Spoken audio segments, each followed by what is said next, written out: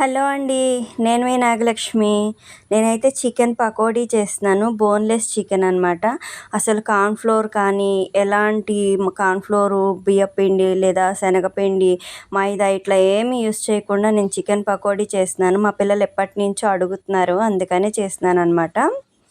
First అయితే చికెన్లో ఒక 2 స్పూన్స్ అల్లం వెల్లుల్లి పేస్టు, రుచికి సరిపడా ఉప్పు, కారం, గరం మసాలా అన్నీ వేసి ఇలా బాగా చికెన్ని కలుపుకోవాలండి. నేను బోన్లెస్ చికెన్ తీసుకున్నాను.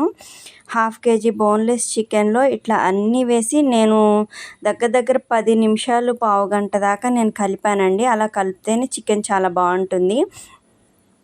ఒక అరగంట మూత పెట్టి పక్కన పెట్టానన్నమాట. తర్వాత డీప్ ఫ్రైకి ఆయిల్ పెట్టుకున్నాను. కళాయి పెట్టి ఆయిల్ వేసానన్నమాట.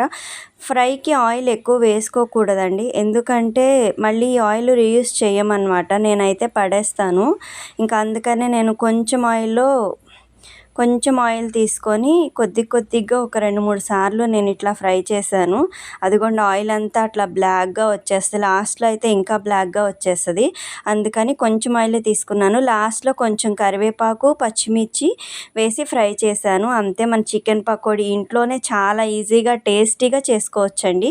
వీడియో నచ్చితే లైక్ చేయండి, సబ్స్క్రైబ్ చేయండి.